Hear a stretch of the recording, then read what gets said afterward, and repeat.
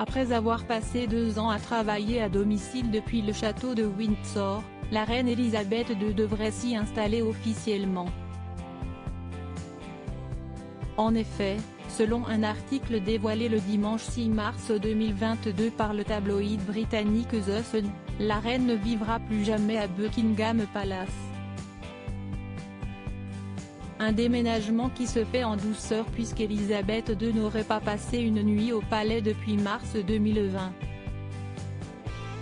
Selon The Sun, la reine préfère maintenant sa propriété de Windsor et aimerait se rapprocher de son défunt mari, qui a été inhumé dans le caveau royal de Chapelle de Windsor.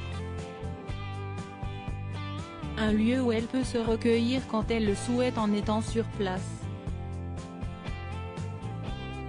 De plus, le château vieux de Milan lui permet de se reposer en restant à l'écart de l'agitation de la capitale de l'Angleterre.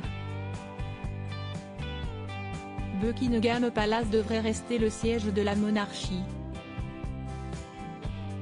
Un autre argument de taille explique le déménagement de la reine, la rénovation sur 10 ans du palais de Buckingham pour un coût de 369 millions de livres.